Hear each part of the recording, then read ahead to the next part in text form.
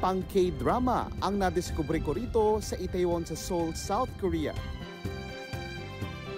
Kainang naghahain ng mga paboritong craving ng ilang karakter gaya sa Crash Landing on You at My Love from the Start.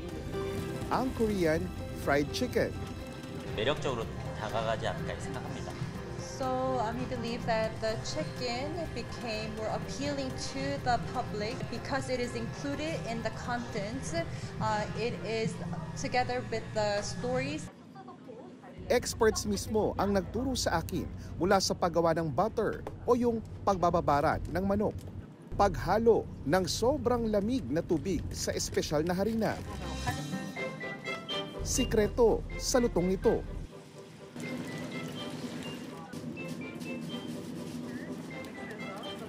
So dito pala sa South Korea, meron palang ang proseso kung paano sila nilalagyan ng timpla, pati yung paghawak ng brush kung paano sila tinitimplahan, meron palang tama, parang lapis daw. Tapos 3 beses lang nalagyan ng ganyan. So dito sa Korea, ang pagluluto ng manok, hindi lang simpleng pagluluto, kundi isang art form. Sa K-drama man o sa totoong buhay, pinapartneran yan ng beer.